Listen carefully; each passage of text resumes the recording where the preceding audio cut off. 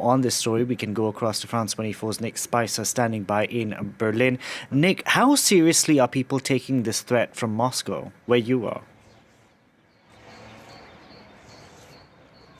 Well, if gas was supposed to be cut off today, it's been a bit of an April Fool's. It's not happening.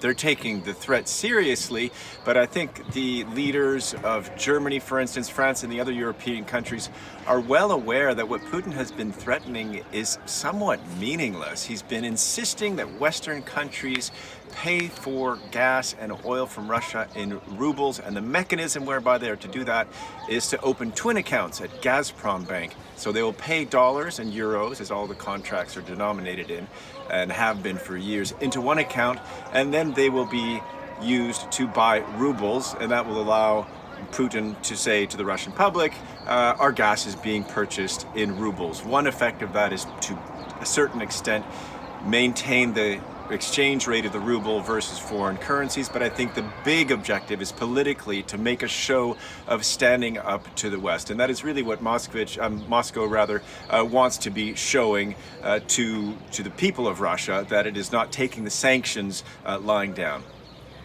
And Nick, what is the likelihood that Russia does in fact go ahead and turn off the taps?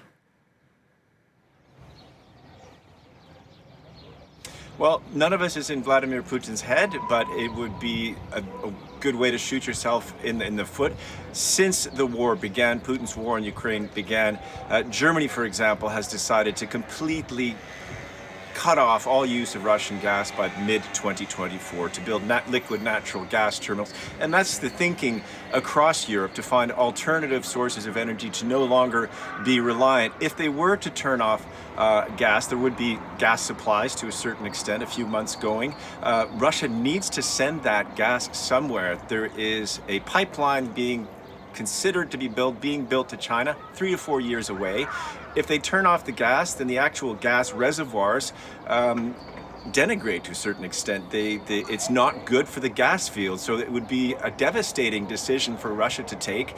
Obviously have all kinds of bad effects here. European countries are already preparing for it. For instance, just in Germany, there is a rationing being envisaged. We're in phase 1 of a 3-phase process. The first phase is just watching how much gas is being used, who is using it and why, and phase 3 would be industry would not get all of the natural gas that it needs, and it would have big effects on plastics and automobile manufacturing and stuff. But households and hospitals and critical infrastructure, daily life, would be the priority users of Russian gas and oil. Nick, thank you very much for that update. Nick Spicer reporting there for us from Berlin.